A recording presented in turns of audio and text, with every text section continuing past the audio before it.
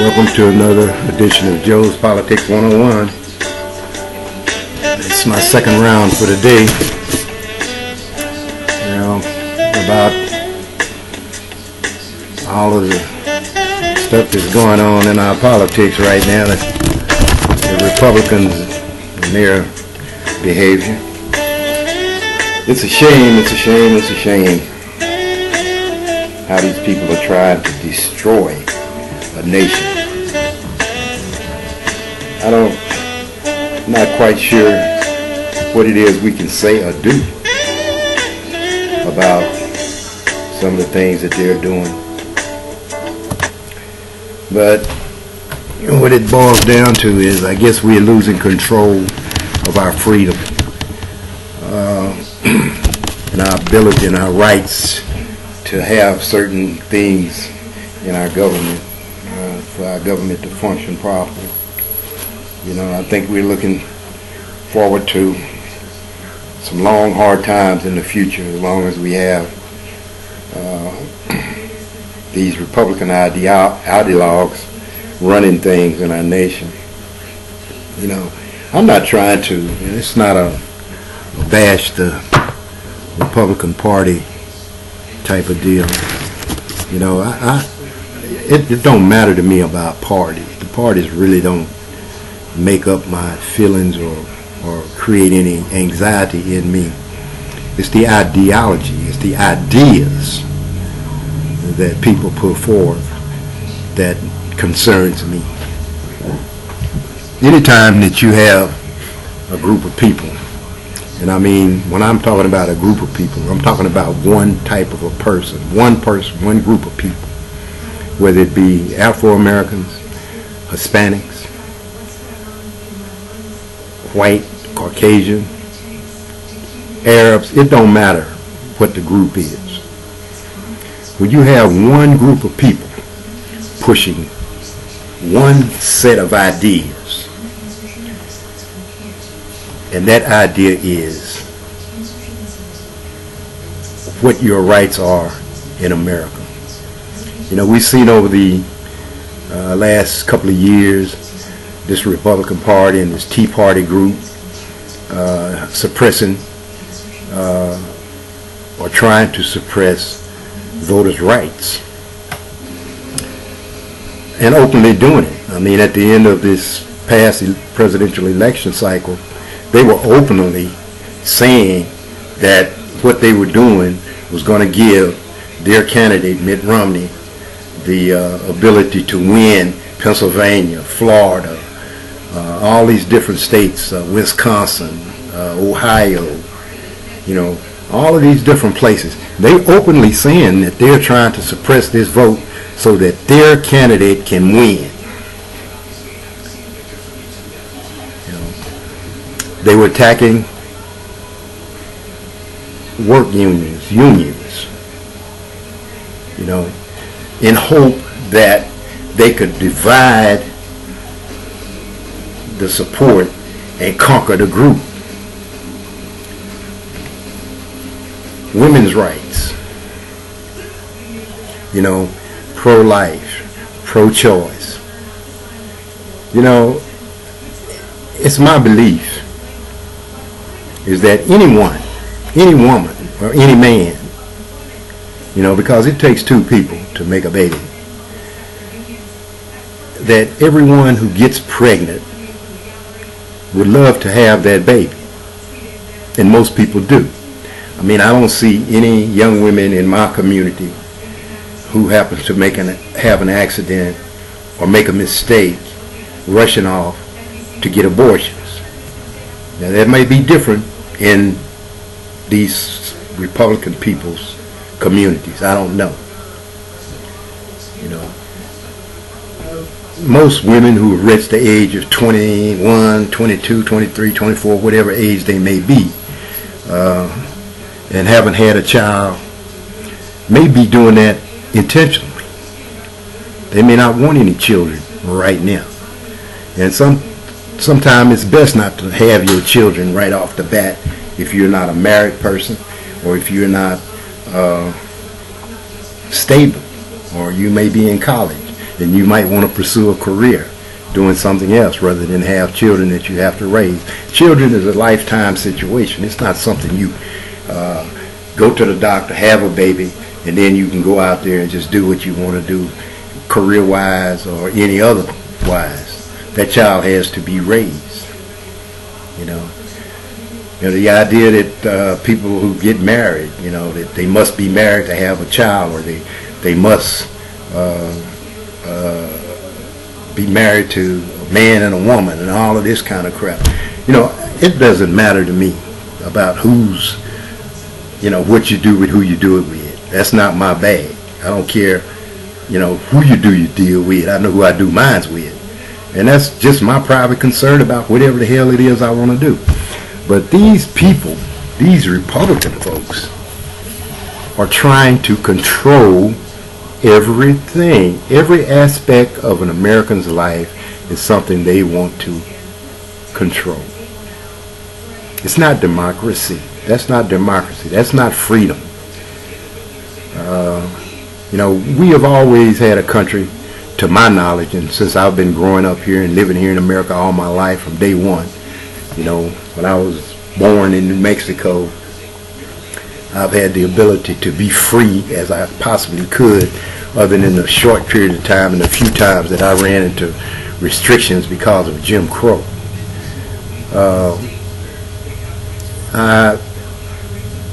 I'm just trying to get a grip. I'm just trying to get a grip, and everybody wants to say, "Oh, you just bashing the Republican, bashing the Republican."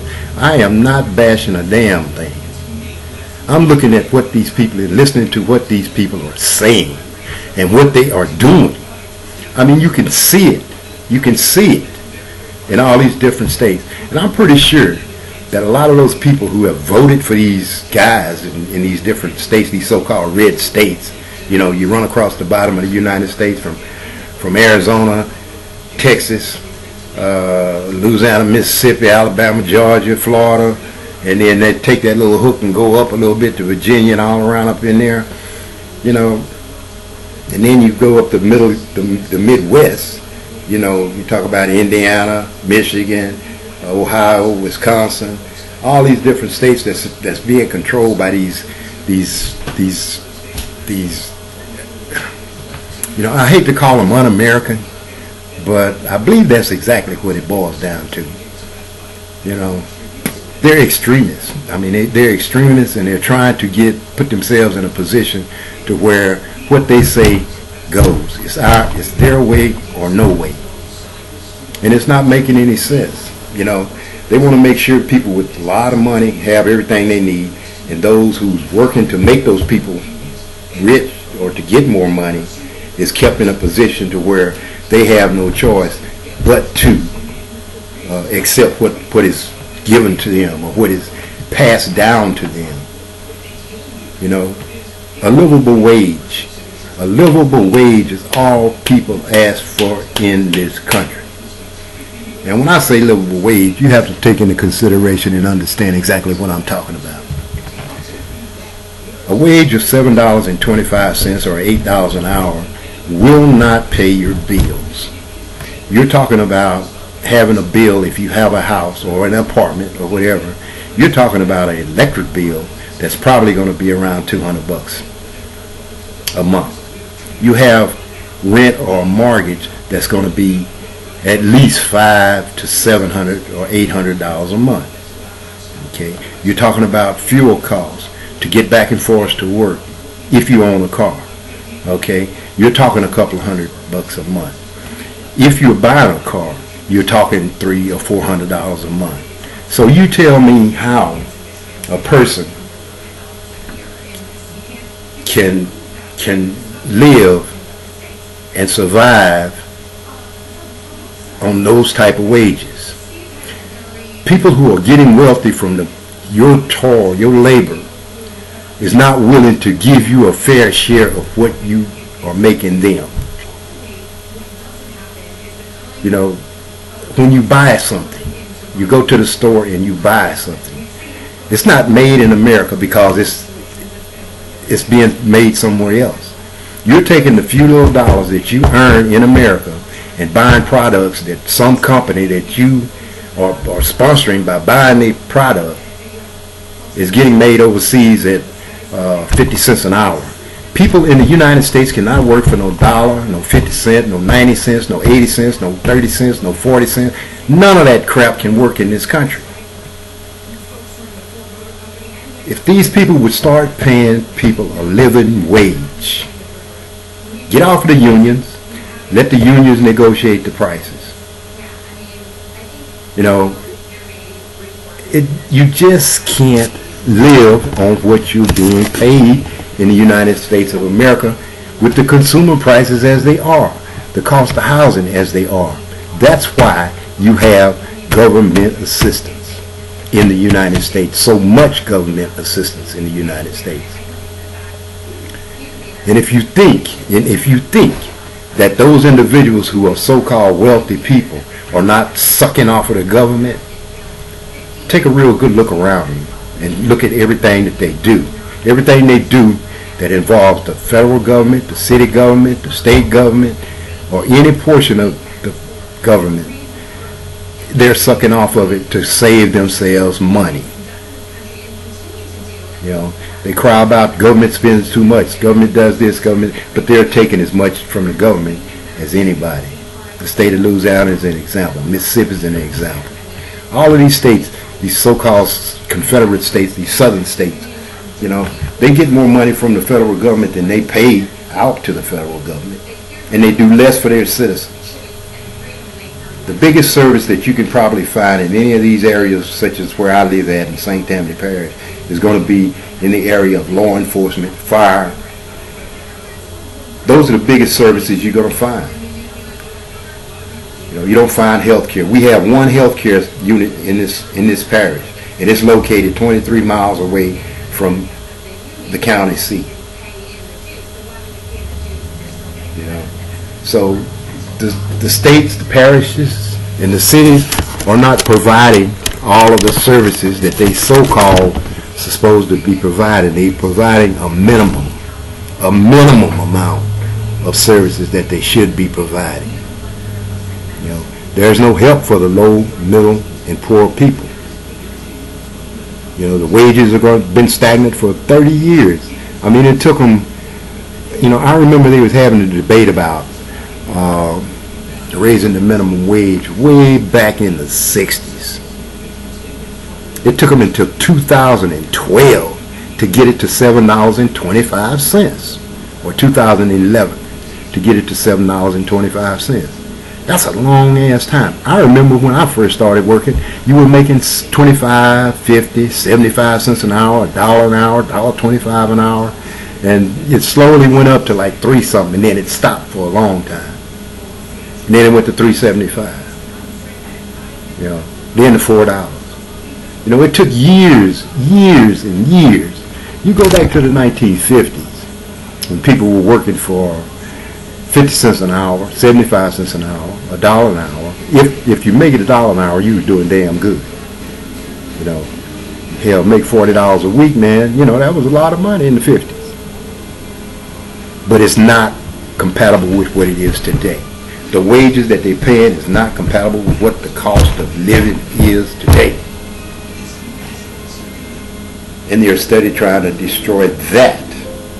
So I'm wondering what they want the poor, low income, and middle income people to do. They want to take away any safety nets. They want to take away any welfare benefits, food stamps, all of those things. They want to take all that away. So how do you survive? You know, I wish one of them would tell me that. You know, I don't get an opportunity to be on television or get an opportunity to talk to none of these so-called Republican leaders, these conservatives. You know, those are the type of questions that I would ask. How do a poor person, a low income, or middle income person survive on the wages that they're being paid, and you're getting paid once every 2 weeks or twice a month?